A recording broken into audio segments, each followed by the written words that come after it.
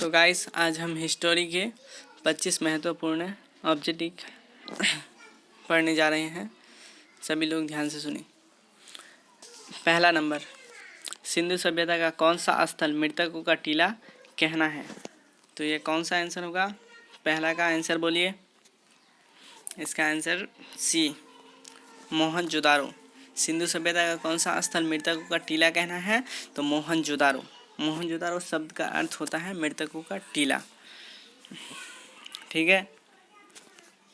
दूसरा नंबर, भारतीय पुरातत्व का पिता कहलाता है। भारतीय पुरातत्व का पिता कहलाता है अलेक्जेंडर कनिंघम। अलेक्जेंडर कनिंघम जो है वो भारतीय पुरातत्व का पिता कहलाता है। तीसरा नंबर क्वेश्चन, सिंधुवासी निगम धातु उपयोग नहीं करते थे। निम्न धातु उपयोग नहीं करते थे, कौन से धातु? तो आप लोग बताइए। बी नंबर, लोहा। लोहे का उपयोग नहीं करते थे। सिंधुवासी जो है वो लोहे का उपयोग नहीं करते थे। अब हम बढ़ते हैं आगे। तो हम लोग आगे बढ़ते हैं। 4 नंबर क्वेश्चन देखते हैं। सिंधु घाटी सभ्यता की नृत्य मूर्ति कहाँ से मिली है? सिंधु सभ्यता नर्तकी की मूर्ति कहाँ से मिली है? तो इसका आंसर दीजिए। इसका आंसर है मोहनजोदारो। पहला नंबर, ए नंबर इसका सही है, मोहनजोदारो। दूसरा 5वां नंबर देखते हैं। किसने भारत में सर्वप्रथम स्वर्ण सिक्के जारी किए? स्वर्ण सिक्के जारी कौन किया था? तो इसका सही आंसर है बी नंबर, हिंदी यूनानी। हिंदी यूनानी ने प्रथम स्वर्ण सिक्के जारी किए थे। 6वां क्वेश्चन, शक संवत का आरंभ किसने किया था? तो शक संवत का आरंभ जो था वह कनिष्क ने किया था। कनिष्क, इसका डी आंसर जो है इसका सही है। कनिष्क ने ही शक संवत का आरंभ किया था। तो अब 7वें क्वेश्चन पे चलते हैं। किसने भूमि अनुदान की प्रथा आरंभ की? तो भूमि अनुदान की प्रथा आरंभ की थी सातवाहन काल ने। सातवाहन, बी नंबर इसका जो है बी नंबर एकदम सही है। अब 8वां क्वेश्चन बढ़ते हैं। मनुस्मृति की रचना काल है। मनुस्मृति की रचना काल कौन सी है? तो यहाँ पे देखिए, मनुस्मृति की रचना काल जो है ए नंबर 200 ईस्वी पूर्व। 200 ईस्वी पूर्व से 200 ईस्वी है। यहाँ देखिएगा 200 ईस्वी पूर्व। ईस्वी पूर्व मतलब ईसा के पूर्व में जन्म हुआ। ठीक है। और ये 200 ईस्वी मतलब ईसा के बाद 200 ईस्वी पूर्व। अब पढ़ते हैं 9वां नंबर, मृक्ष कटिचम रचना है।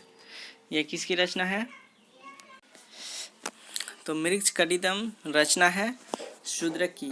बी नंबर इसका एकदम सही आंसर है। और इसके बाद 10वां नंबर जाइए।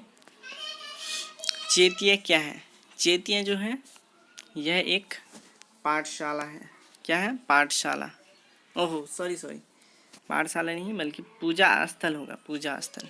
इसका डी नंबर सही है। 12 अंग संबंधित है।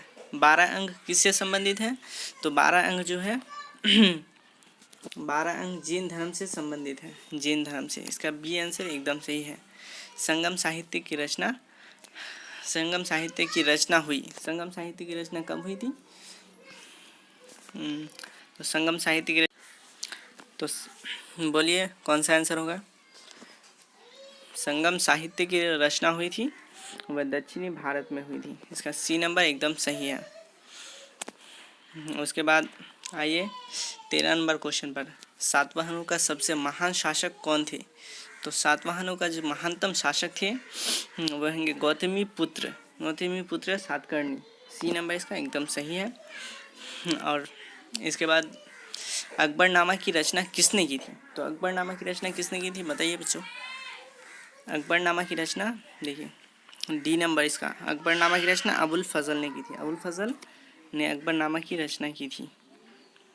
नेक्स्ट क्वेश्चन के बाद आगे बढ़ते हैं। अकबर का वित्तीय मंत्री कौन था? तो अकबर का वित्तीय मंत्री कौन था ये बताइए।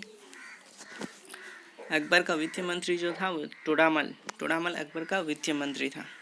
इसके बाद 16 नंबर क्वेश्चन में आइए, मुगलकालीन चित्रकला किसके काल में चरमोत्कर्ष पर पहुंची? तो किसके काल में चरमोत्कर्ष पर पहुंची? तो जहांगीर के काल में। बी, इसका नंबर सी 100 जो है इसका सही नंबर हो गया, सही आंसर है। उसके बाद आइए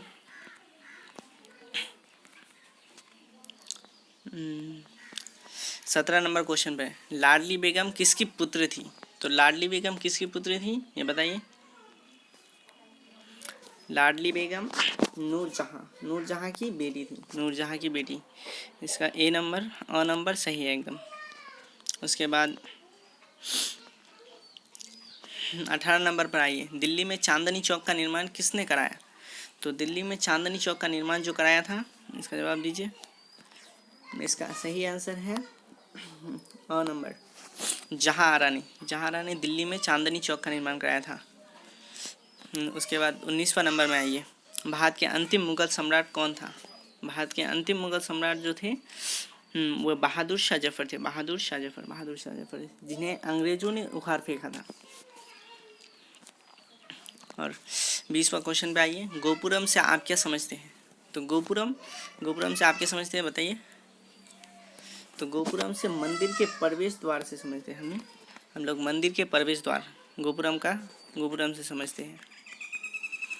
इसके बाद आइए 21 नंबर, तेनालीराम का संबंध किस राजवंश से था? तेनालीराम का संबंध जो था किस राजवंश से था? तो बताइए। इसका जो था ए नंबर विजयनगर से था। तेनालीराम का संबंध किससे था? विजयनगर से। अब उसके बाद 22 नंबर पे आइए, वल्लभाचार्य का जन्म कहाँ हुआ था? तो वल्लभाचार्य का जन्म कहाँ हुआ था बताइए। तो इसका सही जो आंसर है वाराणसी में इसका जन्म हुआ था वल्लभाचार्य का। और 23 नंबर क्वेश्चन देखते हैं, बंगाल के प्रसिद्ध संत कौन थे? तो बंगाल के जो प्रसिद्ध संत थे वो चैतन्य महाप्रभु थे। ए नंबर इसका एकदम सही है। उसके बाद आगे बढ़ते हैं हम लोग। 25 क्वेश्चन करेंगे सिर्फ इस वीडियो में। सुल्तानुल हिंद किसे कहा गया? तो सुल्तानुल हिंद किसे कहा गया बताइए। सुल्तानुल हिंद जो कहा गया था उसे ख्वाजा मोइनुद्दीन चिश्ती को। और ये इनसे बहुत रिलेटेड सवाल है कि ख्वाजा मोइनुद्दीन चिश्ती की दरगाह कहाँ स्थित है? तो ख्वाजा मोइनुद्दीन चिश्ती की दरगाह अजमेर में स्थित है। कहाँ स्थित है? अजमेर में।